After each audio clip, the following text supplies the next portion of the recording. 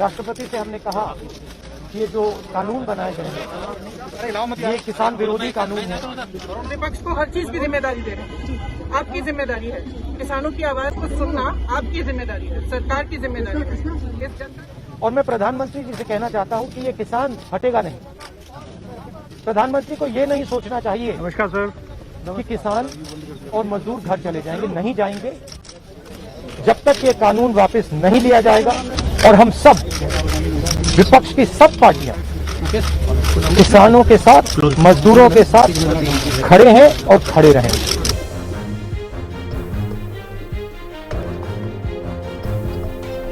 Opposition parties के leaders के साथ गए और अब हम कांग्रेस पार्टी के जो सीनियर लीडर्स हैं उनके साथ गए। राष्ट्रपति से हमने कहा कि ये जो कानून बनाए गए हैं ये किसान विरोधी कानून है और इससे किसानों का जबरदस्त नुकसान होने वाला है, मजदूरों का, किसानों का। सरकार ने कहा था कि ये कानून किसान के फायदे के हैं और देश को दिख रहा है कि किसान कानून के खिलाफ खड़ा हुआ है। और मैं प्रधानमंत्री जी से कहना चाहता हूं कि ये किसान हटेगा नहीं।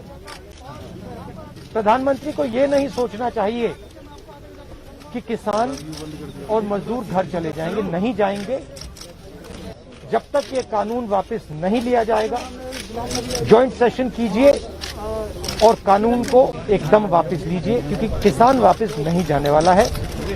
और हम सब विपक्ष की सब पार्टियां किसानों के साथ, मजदूरों के साथ खड़े हैं और खड़े रहेंगे। जिस प्रकार से ये कानून पास किया गया वो भी बिल्कुल गलत था।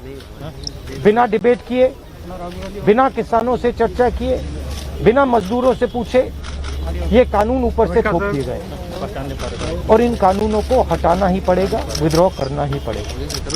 अच्छा गजेंद्र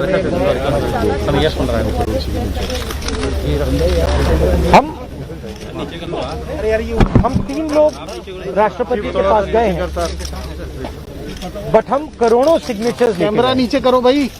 हम किसान की आवाज भाई कौन है ये? राष्ट्रपति जी को तक ले गए। क्या कर रहा है? सर्दी का मौसम है और पूरा देश देख रहा है कि किसान दुख में है, दर्द में है और मर भी रहे हैं। प्रधानमंत्री को सुनना ही पड़ेगा। और मैं एडवांस में चीज बोल देता हूं। मैंने कोरोना के बारे में बोला था कि नुकसान होने जा रहा है, उस समय किसी ने नहीं बात सुनी। और आज मैं फिर से बोल रहा हूं, किसान के सामने, मजदूर के सामने कोई भी शक्ति नहीं खड़ी हो सकती। अगर प्रधानमंत्री जी ने कानून वापस नहीं लिए, सिर्फ बीजेपी को नहीं, सिर्फ आरएसएस को नहीं, देश को नुकसान होने जा रहा है। बार-बार बीजेपी की तरफ से कहा जा रहा है कि जो किसान बैठे हैं ये नक्सल हैं, खालिस्तान हैं, उन्हें बरगला रहा है। इस तरह के आरोप लग रहे हैं। देखिए, बीजेपी नरेंद्र मोदी जी का एक ही लक्ष्य है और वो किसान समझ गया है, मजदूर समझ गया है। लक्ष्य है कि उनके आसपास जो 2, 3, 4 बड़े क्रोनी कैपिटलिस्ट हैं उनके लिए पैसे बनाने का काम नरेंद्र मोदी जी करते हैं। जो भी नरेंद्र मोदी जी के खिलाफ खड़े होते हैं वो उनके बारे में कुछ ना कुछ गलत बोलते रहते हैं। किसान खड़े हो जाएंगे तो किसान को आतंकवादी बोलेंगे, मजदूर खड़े हो जाएंगे तो मजदूर को आतंकवादी बोलेंगे। एक दिन अगर मोहन भगवत खड़े हो गए तो कहेंगे ये भी आतंकवादी। मतलब जो भी नरेंद्र मोदी जी से सत्ता लेने की कोशिश करेगा वो आतंकवादी।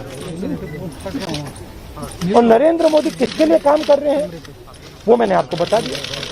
उनके 2-3 आसपास के क्रोनी कैपिटलिस्ट हैं जिनको वो पूरा हिंदुस्तान पकड़ा है। ये रियलिटी।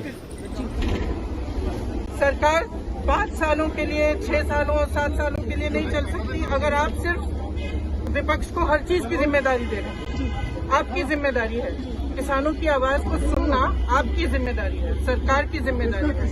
इस जनता के प्रति सरकार जवाबदेह है। नमस्कार सर। नमस्कार।